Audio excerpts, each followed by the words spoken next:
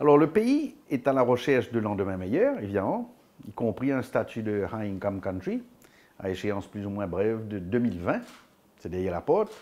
Croyez-vous que cela soit possible et ou souhaitable? Et quelles sont les conditions essentielles pour atteindre ce but?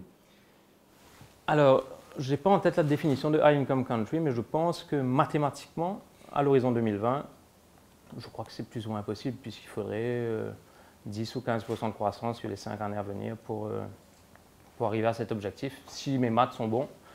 Mais par contre, le souhait et la nécessité de se mettre sur cette trajectoire est évident. Déjà, on n'a pas le choix. Je veux dire, si on stagne et qu'on n'arrive pas à passer ce cap, c'est la catastrophe. Donc oui, on y sera. Moi, je suis positif et vous pouvez compter sur moi et sur le groupe Food & Light pour être partie prenante de cela. Mais vous semblez dire que ça va arriver quasiment automatiquement. Absolument Est-ce qu'il ne faut pas changer la donne, changer notre façon de vivre et de faire? Je pense qu'il y a quelques trucs qui, à mon sens, sont assez simples à débloquer peut-être. Le premier point qui me vient à l'esprit, c'est l'ouverture. En fait, on est vraiment une petite île au milieu de l'océan. On a su s'ouvrir au monde, on a su utiliser et être partenaire du monde à différentes étapes de notre développement. Et je pense que maintenant, si on veut vraiment arriver au statut de High Income Country, il faut qu'on s'ouvre davantage. S'ouvrir, c'est aux compétences étrangères pour qu'elles viennent habiter ici, pour qu'elles vivent avec nous.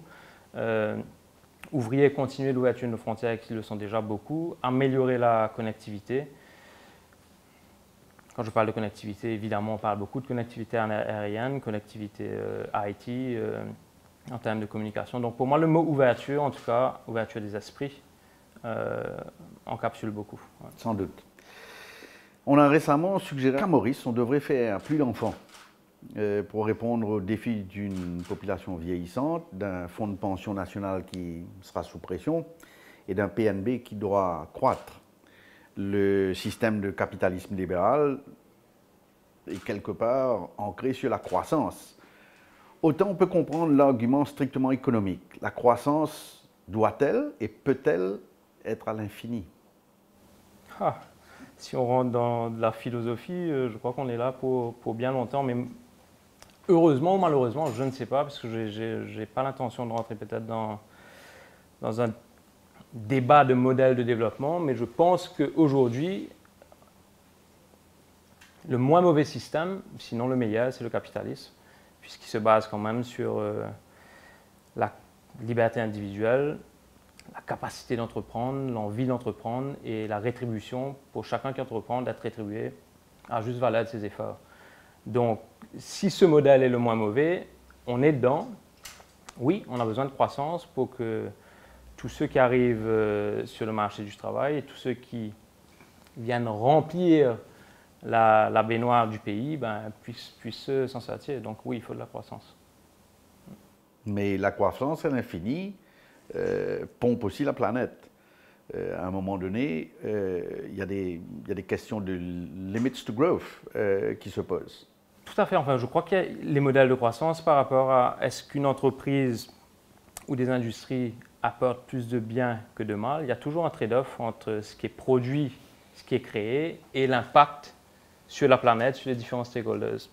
Je pense, j'espère, je croise les doigts qu'avec les progrès technologiques et l'inventivité humaine, puisqu'on est passé par beaucoup d'étapes quand même sur les derniers siècles au niveau inventivité, nous saurons être plus productifs, donc demander moins à la planète pour produire les mêmes choses finalement. Des réponses technologiques. Je pense.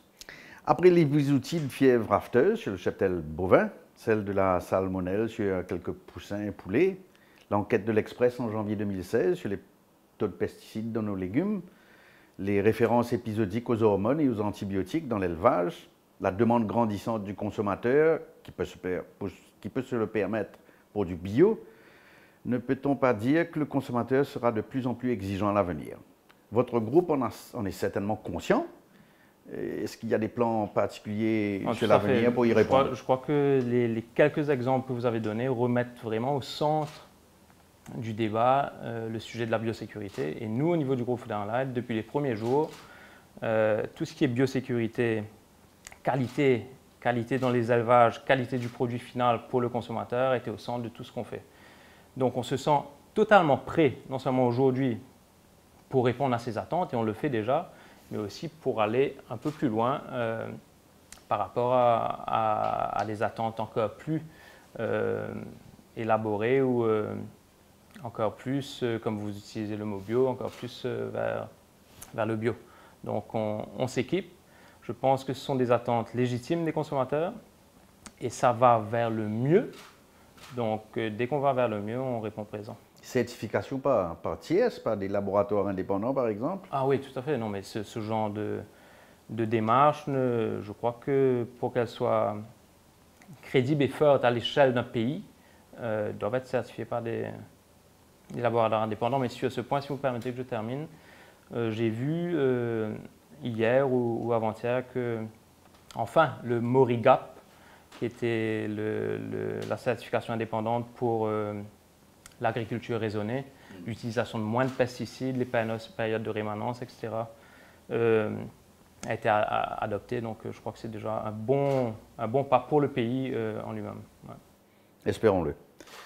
On évoque de plus en plus souvent la question d'indépendance ou de sécurité alimentaire. On connaît par ailleurs la théorie des avantages comparés, qui suggère que la production agricole doit et va émigrer vers des pays où il est plus efficient de produire, dans un petit pays comme le nôtre. Que fait-on?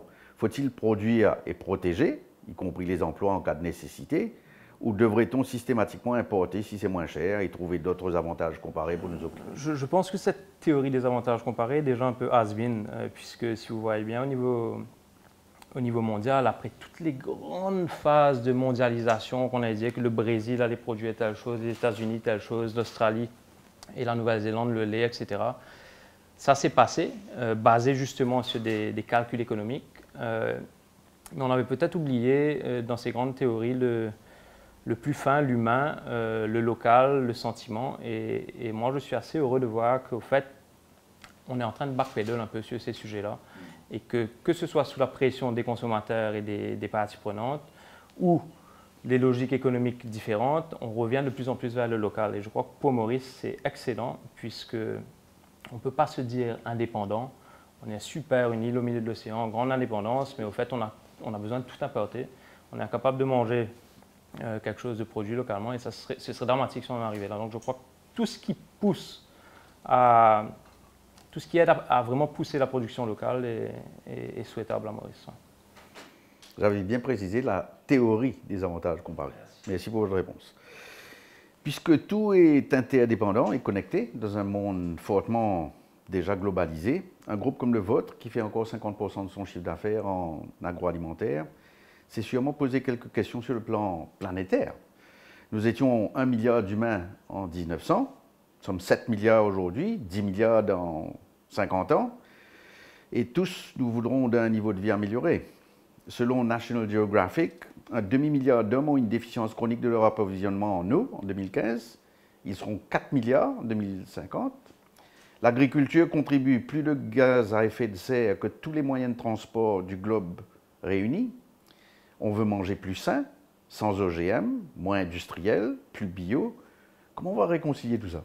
C'est vrai que l'équation, comme vous la présentez comme ça, est pas simple, et je ne prétends absolument pas avoir les réponses à ces grandes questions. Mais comme je vous disais tout à l'heure, je pense que les progrès technologiques d'un côté et les modifications des habitudes alimentaires de l'autre, si on réconcilie les deux, cross fingers, puisque comme je vous dis, je suis quelqu'un de positif, qu'on arrivera à trouver un équilibre. Il y a par exemple, je sais que je ne sais pas si c'est en Chine ou dans d'autres pays, ils sont de plus en plus en train de voir comment, par exemple, élever des insectes à grande échelle pour avoir des sources de protéines de qualité et moins chères, et sans pour autant avoir des agricultures intensives ou extensives comme